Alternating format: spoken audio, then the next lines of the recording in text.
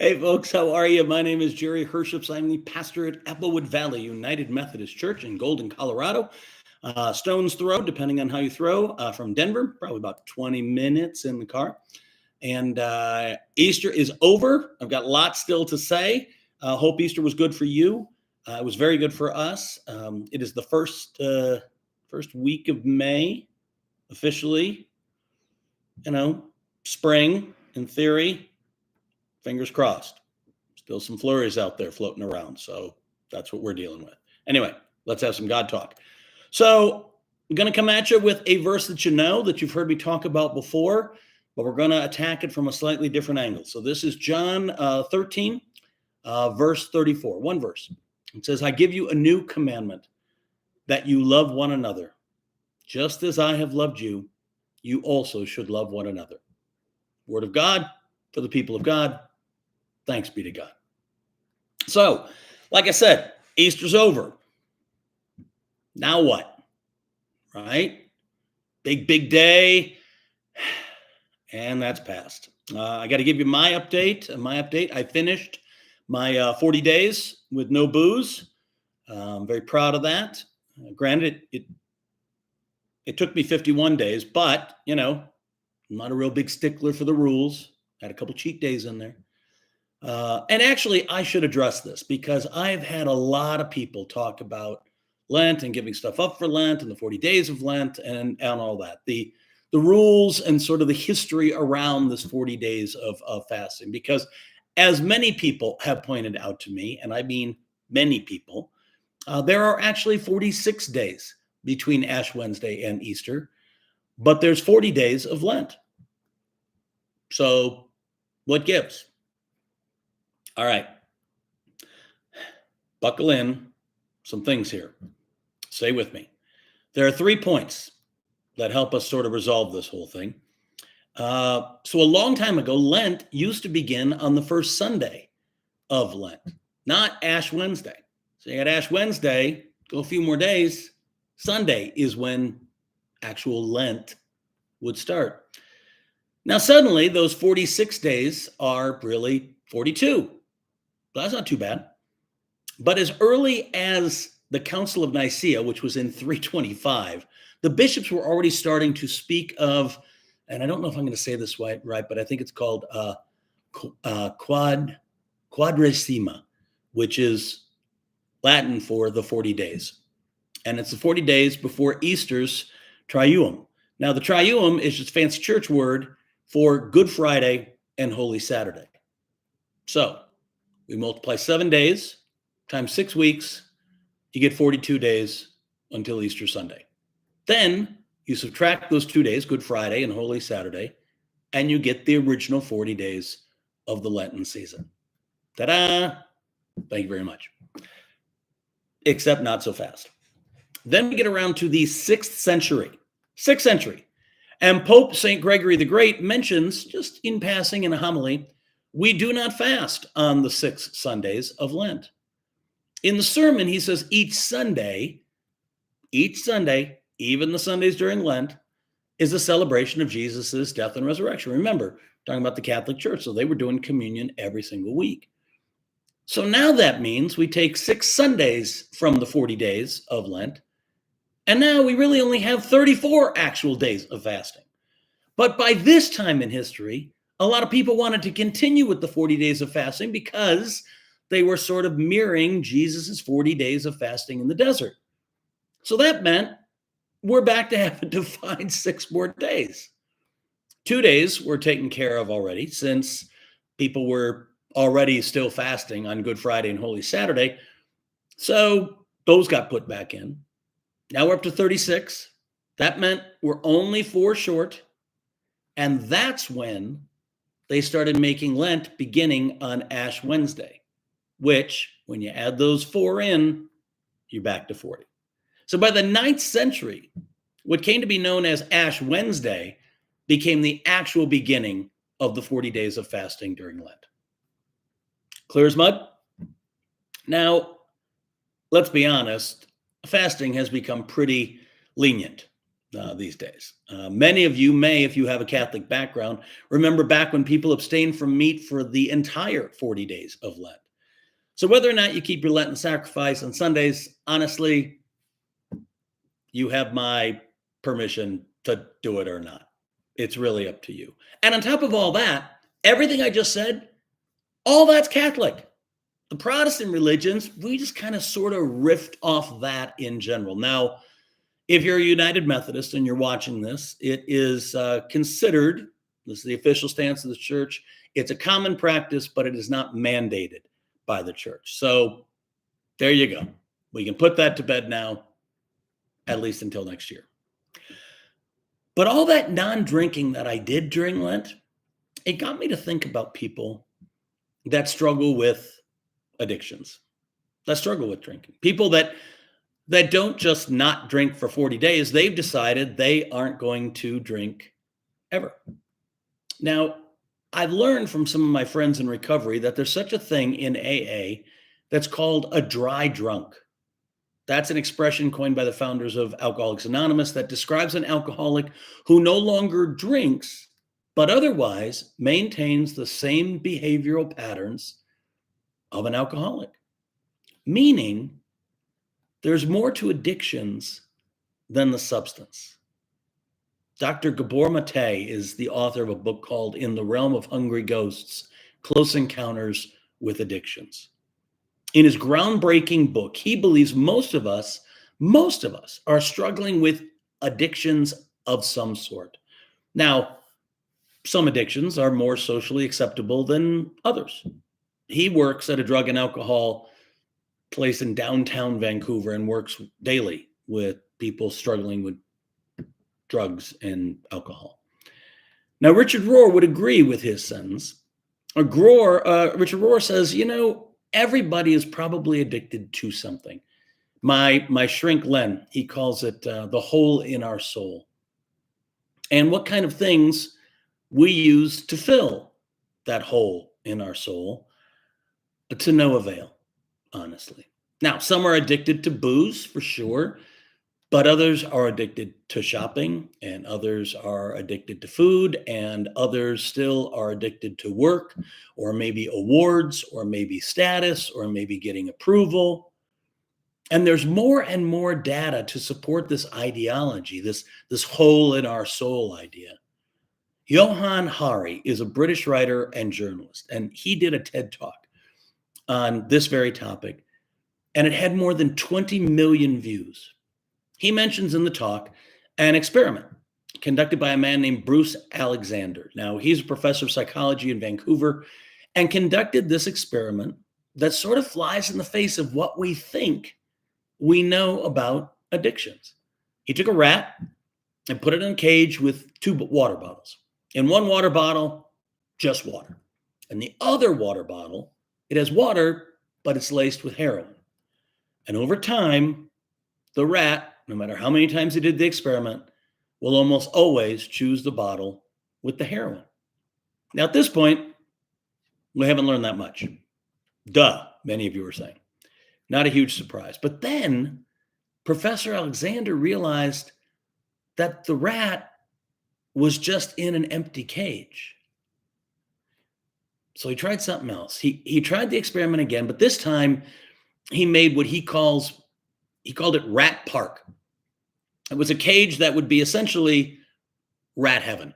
There would be colored balls, and there would be tunnels, and there would be loads of cheese, and crucially, other rats. Now, when the rats were in this environment, the rats almost never went for the drug-laced water bottle. The TED Talk suggests that maybe what we need is a change of language. Hari believes that maybe it's not about addiction at all. Maybe it's really instead about bonding. He believes that we will always find something to bond with. And some of those things are healthy, and some of them, not so much. Now, oddly, right around the same time as this was happening, America was unintentionally going through its own similar experiment, this time with humans. It was called the Vietnam War. Loads of soldiers, while they served the Vietnam War, were using heroin. They were getting addicted to heroin while they were fighting the war in Vietnam. And the US knew this, and they were worried that when they came back, America would just be flooded with heroin addicts. Now, the Archives of General Psychiatry did a really detailed study about all this. So, what happened when all these vets came home? The short answer is nothing. They didn't go into withdrawals. They didn't go to rehab. They just quit. Now, if we think addiction is just about chemical hooks, then that doesn't make any sense. But Professor Alexander began to think that there might be something else going on.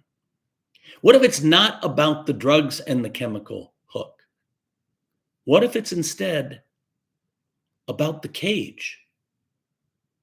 Many times we shame and punish and isolate people who are struggling with addiction.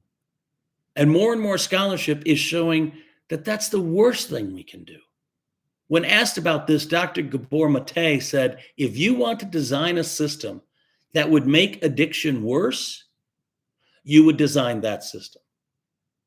Now, Portugal, on the other hand, did exactly the opposite. In 2000, they had one of the worst drug problems in all of Europe. What did they do? They made all drugs legal. That'll show them. And then they took all the money that they spent fighting drugs and dumped it into programs to fix the cages. They spent the money on reconnecting people with society. And as a result, drug addiction was cut by 50% in Portugal. Drug-related deaths were cut by 80%.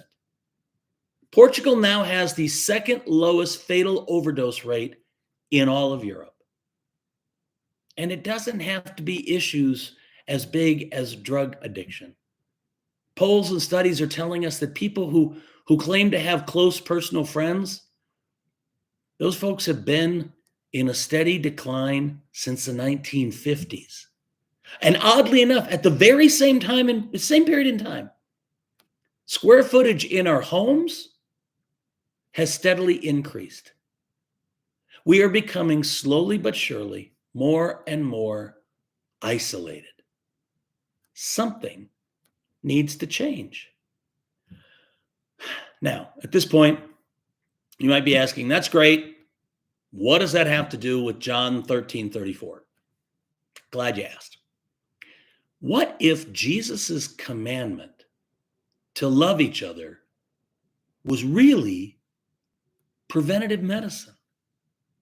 What if loving each other is what we need to keep us healthy? I was talking to a clergy colleague after Easter, and we started discussing this idea of, why church? Why church? Was it the music? Was it the sermons? We wondered out loud, half joking, was it just a place to give people something to do, somewhere to go? And I'm starting to wonder if that's more than just a joke. What if Jesus's command to love each other is God's way of keeping us healthy? What if the easiest way to love each other is to be around each other?